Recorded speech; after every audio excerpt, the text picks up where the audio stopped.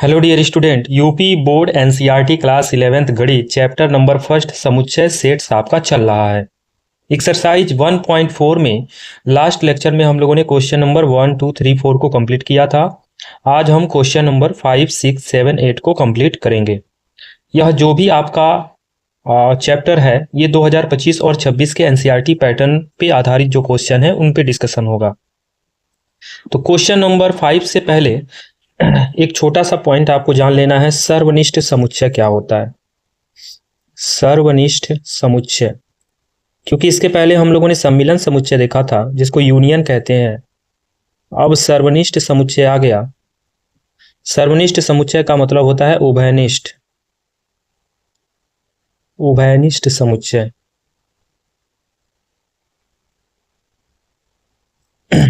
अब इसमें होता क्या है ध्यान दीजिएगा, बहुत इजी है, ऐसा नहीं है कि डिफिकल्ट है कि आपके लिए प्रॉब्लम क्रिएट करेगा। जैसे मान लीजिए कोई ए समुच्चय है 1, 2, 3, 4 और एक बी समुच्चय है 3, 4, 5, 6 और कह रहा है कि सर्वनिष्ठ समुच्चय ज्ञात कीजिए। तो ए इसको कहते हैं ए इंटरसेक्शन बी। सर्वनिष्ठ समुच्चय को इंटरसेक्शन सेट बोलते हैं। तो A intersection B is equal to होता है जो दोनों में कॉमन हो, उभयनिष्ठ, जैसा कि आप यहां से नाम क्लियर हो। तो 3, 4, 3, 4 दोनों में कॉमन है, तो ए इंटरसेक्शन बी आपका हो जाएगा 3 और 4। यही आपका आंसर। बस यही आपको सर्वनिष्ठ समुच्चय में जानना था, थोड़ा सा पॉइंट था। अब डायरेक्ट हम क्वेश्चन से स्टार्ट करेंगे। Question number 5। क्वेश्चन नंबर 5 कह रहा है कि प्रश्न संख्या 1 में जो समुच्चय युग्म दिया था आपने सम्मिलन समुच्चय ज्ञात कर लिया। अब इसका सर्वनिष्ठ समुच्चय क्या होगा, तो चलिए फटाफट इसका सॉल्यूशन देखते हैं क्या होगा। फर्स्ट में x की वैल्यू दे रखा है, आपको क्या करना है, x इंटरसेक्शन y निकालना है। x की वैल्यू दे रखा है 1, 3, 5 इंटरसेक्शन और 1, 2, 3। तो ध्यान से अगर देखें तो 1 और 3 कॉमन है, तो यही आपका रिजल्ट हो जाएगा, मीन्स 1, 3 जो कॉमन है, जो उभयनिष्ठ है, वही आपको डायरेक्ट लिख देना है। ऐसे ही सेकेंड में ए इंटरसेक्शन बी निकालना है आपको। तो ए की वैल्यू है ए ई आई ओ यू इंटरसेक्शन और बी है A B C.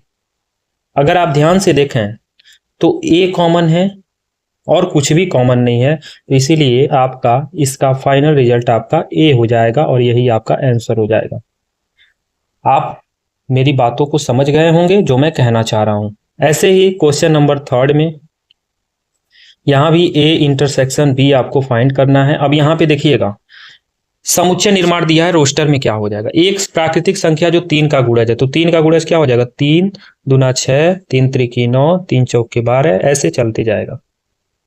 Intersection B कह रहा है 6 से कम प्राकृतिक संख्या, तो 6 से कम 5, 4, 3, 2, 1। 6 से कम प्राकृतिक संख्या, यही तो होगा, कम कह रहा है। तो अब यहां पे ध्यान दीजिएगा, उभयनिष्ठ क्या है, 3 है, केवल क्या है, 3। तो आपका आंसर भी क्या हो जाएगा, केवल 3 हो जाएगा। इसी को हम लोग कहते हैं उभयनिष्ठ या फिर सर्वनिष्ठ समुच्चय। 4 भी देखिए, 4 में भी आपको ए इंटरसेक्शन बी ही फाइंड करना है। अब यहां पर ए का मतलब क्या हो गया, 1 से बड़ा मतलब 2, 3, 4, 5। 6 से छोटा 6 के बराबर, तो 6 भी आएगा। इंटरसेक्शन दूसरे में कह रहा है कि 6 से बड़ा 10 से छोटा, तो 7, 8, 9, 10। अब यहां पे ध्यान दीजिएगा, यहां पे ए 2, 3, 4, 5, 6 है और बी आपका 7, 8, 9, 10 है। अगर आप ध्यान से देखें तो कोई भी अवयव नहीं है, तो यहां पे आपका 5 हो जाएगा आंसर। क्या हो जाएगा, 5। क्यों, क्योंकि आपका यहाँ पे कोई भी आंसर ऐसा नहीं है जो उभयनिष्ठ। उभयनिष्ठ एक 5, क्योंकि 5 जो है वो सभी समुच्चय का उपसमुच्चय होता है। अब लास्ट में ए इंटरसेक्शन बी 1, 2, 3 है, इंटरसेक्शन बी में 5 है, तो यहाँ तो रिजल्ट साफ साफ दिख रहा है, क्या हो जाएगा, 5। तो इस तरह से क्वेश्चन नंबर 5 आपका ये कंप्लीट हुआ। क्वेश्चन नंबर 6 देखिएगा। क्वेश्चन नंबर ये 6 है और इसमें दे रखा है और आपको डायरेक्ट याद करना है। जैसे ए फर्स्ट में ए इंटरसेक्शन बी कह रहा है, तो ए की वैल्यू है 3, 5, 7, 9, 11। इंटरसेक्शन बी की वैल्यू दे रखा है 7, 9, 11, 13। अब ध्यान से देखिएगा क्या कॉमन है, तो यहाँ पे 7 है, 9 है और 11 है, तो यही आपका हो जाएगा। तो आंसर में आएगा 7, 9 और 11, यही आपका आंसर बन जाएगा। ऐसे ही क्वेश्चन नंबर सेकेंड में बी इंटरसेक्शन सी दिया है, तो बी की वैल्यू है 7, 9, 11 और 13। इंटरसेक्शन और सी की वैल्यू दे रखा है 11, 13 और 15। तो इस तरह से यहाँ पर 11, 13 दोनों में उभयनिष्ठ है, तो आपका आंसर बन जाएगा 11 और 13। ऐसे ही आप क्वेश्चन नंबर थर्ड करेंगे। थर्ड में A intersection C intersection D दिया है, तो आप इसको कैसे करेंगे मैं आपको एक तरीका बता दूं। इसमें आप सबसे पहले ए इंटरसेक्शन सी फाइंड कर लीजिए और फिर इंटरसेक्शन डी फाइंड कर लीजिएगा। तो ए इंटरसेक्शन सी फाइंड करेंगे तो क्या हो जाएगा, ए का वैल्यू है 3, 5, 7, 9, 11 और सी है 11, 13, 15 और फिर इसके बाद इंटरसेक्शन डी फाइंड कर लीजिएगा। यहाँ ध्यान दें तो 11 कॉमन है, तो इसलिए आपका रिजल्ट यहाँ पे बन जाएगा 11, एक ही अवयव होगा 11। इंटरसेक्शन डी और डी में आपका 15, 17 है, 15 और 17, तो दोनों का रिजल्ट यहाँ पे कोई भी अवयव नहीं है, मीन्स 5 आपका आंसर हो जाएगा। ऐसे ही question number 4 A intersection C, ये आपके लिए HW, क्योंकि ये क्वेश्चन ऊपर हम इस टाइप का बता दिए हैं। बी इंटरसेक्शन डी, ये भी आपके लिए HW। ऐसे ही क्वेश्चन नंबर 6 ये मैं बता रहा हूं, A intersection B union C है। तो इसके लिए आप करेंगे क्या, A intersection B union C find कर लीजिए। तो बी आपका क्या है 7, 9, 11, 13, यूनियन आप कर ही लिए हैं। और सी आपका दिया है 11, 13, 15। यूनियन का मतलब होता है सम्मिलन, सम्मिलन का मतलब सबको मिला देना है। तो यहाँ पे क्या क्या मिल जाएगा, तो ये हो जाएगा 7, 9, 11, 13 और 15। और ए में आपका दिया ही है 3, 5, 7, 9, 11। इंटरसेक्शन 7, 9 ऊपर कर लें थोड़ा सा, 11, 13 और 15। अब यहाँ पे देख लीजिए इंटरसेक्शन है तो कॉमन क्या है, तो 7, 9, 11, 7, 9, 11 साफ साफ दिख रहा है, तो इसका फाइनल रिजल्ट बन जाएगा 7, 9, 11 और यही आपका आंसर हो जाएगा। ऐसे ही क्वेश्चन नंबर 7 यहाँ पे मैं करूं, क्वेश्चन नंबर 7 भी आपका इस टाइप का हम बता दिए हैं, तो यह भी आपके लिए HW ही रहेगा। Question number 8 A intersection B union D, ध्यान से देखिए 6 वाला जो क्वेश्चन है उसी के टाइप का है, तो यह भी आपके लिए HW ही है। क्योंकि HW इसलिए दिए रहे हैं क्योंकि क्वेश्चन ज्यादा है तो आपके लिए भी वर्क बनता है। अब 9 और 10 सिमिलर है, तो मैं 9 आपको HW में दे रहा हूं और 10th मैं बता दे रहा हूं। ए यूनियन डी का इंटरसेक्शन बी यूनियन सी है। A union D, A union D का मतलब हो गया, ए आपका है 3, 5, 7, 9, 11, 3, 5, 7, 9, 11। यूनियन डी आपका है 15 और 17, तो इनको मिला लेना है, इनको मिला लेंगे क्या हो जाएगा 3, 5, 7, 9, 11, 15 और 17। फिर इंटरसेक्शन बी यूनियन सी है। अब देखिएगा बी और सी को मिलाएंगे तो 7, 9, 11, 13, 15 हो जाएगा। 7, 9, 11, 13, 15 आप इसको कर लेंगे सॉल्व, तभी आपका आंसर यही आएगा। अब यहाँ पे होगा क्या, आपको इंटरसेक्शन मतलब जो कॉमन है, तो 7, 9, 11, 15, 7, 9, 11 और 15, 13 नहीं है, 13 क्या है नहीं है, तो यहाँ पे लिख लीजिए 7, 9, 11 और 15, यही आपका आंसर हो जाएगा। आपको एक बात और बता दें, जितने क्वेश्चन हमने दिए हैं आप उन सभी क्वेश्चन को अवश्य कर लीजिएगा और कमेंट बॉक्स में मुझे इसका आंसर क्वेश्चन नंबर डाल के जरूर बताइए। या फिर सबसे बेस्ट है व्हाट्सएप पे मेरा एक चैनल है सक्सेस क्लासेस, इसको आप ज्वाइन कर लीजिए। इसको ज्वाइन करेंगे तो वहां पर आपके सारे प्रॉब्लम्स का सॉल्यूशन हो जाएगा।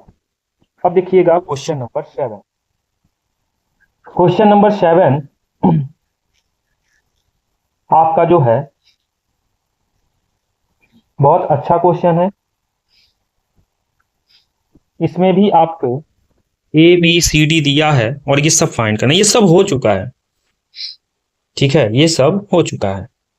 तो ये मैं बस डायरेक्ट बता दूं, ए बराबर दिया है प्राकृतिक संख्या, मतलब 1 2 3 4 डैश डैश डैश अनंत तक। सम प्राकृतिक संख्या तो 2 4 6 8 ऐसे कहां तक, अनंत तक। ऐसे सी बराबर विषम संख्या 1 3 5 7 9 कहां तक, अनंत तक।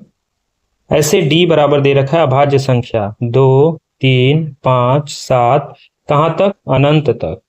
तो ये जितने क्वेश्चन दिए हैं सब क्वेश्चन आप HW में कर लीजिएगा, क्योंकि आज वर्क मैं आपको ज्यादा दे रहा हूं, इसलिए वर्क दे रहा हूं कि ये सब इंटरसेक्शन वाला है। और इंटरसेक्शन का मतलब हो गया कि बस आपको उभयनिष्ठ ढूंढना है, जो कॉमन है उसी को लिख देना है। और क्वेश्चन नंबर 8 जो है इसे मैं बता दे रहा, क्योंकि यहाँ पे संयुक्त और असंयुक्त वाला है। अब जैसे आपका पहला क्वेश्चन, पहले में मान लेंगे कि ए बराबर आपका दे रखा है 1 2 3 4, बी बराबर आपका दे रखा है 4 से बड़ा, तो 4 भी है बराबर, 5 भी है, 6 भी है। अगर कोई भी अवयव कॉमन मिल गया, या फिर कह सकते हैं अगर ए इंटरसेक्शन बी अगर आपका फाई आ रहा है, तब तो ये आपका संयुक्त होगा। और ए इंटरसेक्शन बी अगर आपका फाई नहीं आ रहा है, तब ये आपका असंयुक्त होगा, सीधे सीधे। अब जबकि यहाँ पे ए इंटरसेक्शन, अब इस क्वेश्चन को यहाँ पे सॉल्व करेंगे तो ए इंटरसेक्शन बी फाइंड करें तो यहाँ पे 4 है, इसी की वजह से ये आपका संयुक्त है, असंयुक्त नहीं है, ये आपका आंसर हो जाएगा। और क्वेश्चन में असंयुक्त पूछा था, ये तो संयुक्त हो गया। दूसरा देख लीजिए, इसको भी मानेंगे, ए बराबर AEIOU और बी बराबर CDEF। अब यहाँ पे साफ साफ दिख रहा है, क्या दिख रहा है कि ई जो है दोनों में आ गया, और जैसे आ गया तो ए इंटरसेक्शन बी हमको फाई चाहिए था, लेकिन यहाँ पर तो ई आ गया। ई आने का मतलब यह भी आपका क्या हो गया, संयुक्त हो गया। और जब संयुक्त हो गया तो यह भी असंयुक्त नहीं है। और आपसे क्वेश्चन में पूछा कि कौन असंयुक्त है, तीसरा देख लेते हैं। फिर वही कंडीशन, माना ए बराबर सम पूर्णांक, सम पूर्णांक का मतलब 2 4 6 8, धन और वो नहीं बोला, तो इसको मैं ऐसे लिख दूं, थोड़ा सा बेस्ट रहेगा। सम पूर्णांक का मतलब हो गया माइनस इनफाइनाइट होगा, -8 -6 -5 -4 -3, सॉरी ये मैं पूर्णांक ही लिख दे रहा हूं क्योंकि सम है ना, सम पूर्णांक बोला है। सम पूर्णांक का मतलब कितना हो जाएगा, -8 -6 -4 -2 0 2 4 6 8 और कहां तक, इनफाइनाइट तक। और बी बराबर आपका देख रखा है विषम पूर्णांक। विषम पूर्णांक का मतलब हो गया -7 -5 -3 -1 0 1 3 5 7 और ये भी इनफाइनाइट तक। अब यहाँ पे आप ए इंटरसेक्शन बी फाइंड करेंगे तो आपको नहीं मिलेगा, क्योंकि कभी भी सम और विषम का इंटरसेक्शन नहीं होता है। और जब इंटरसेक्शन नहीं होगा तो यहाँ फाई, और जैसे फाई बन गया तो मतलब यह बन जाएगा असंयुक्त। तो यहाँ पे संयुक्त और असंयुक्त वाला प्रश्न था, केवल तीसरा वाला असंयुक्त बना है। आपको 7वां वाला क्वेश्चन हमने HW में इसलिए दिया क्योंकि इस क्वेश्चन को सेम हम लोग 6वें में समय दिए हैं और उसको किए हैं। तो यह सभी क्वेश्चन आप अवश्य कर लीजिएगा, बहुत सिंपल है, बहुत आसान है। तो मुझे उम्मीद है कि सारे क्वेश्चन आपको अच्छे समझ में आ गया। तो आप वीडियो को लाइक कीजिएगा और अपने फ्रेंड तक जरूर शेयर कीजिएगा। मिलते हैं नेक्स्ट लेक्चर में। Thank you.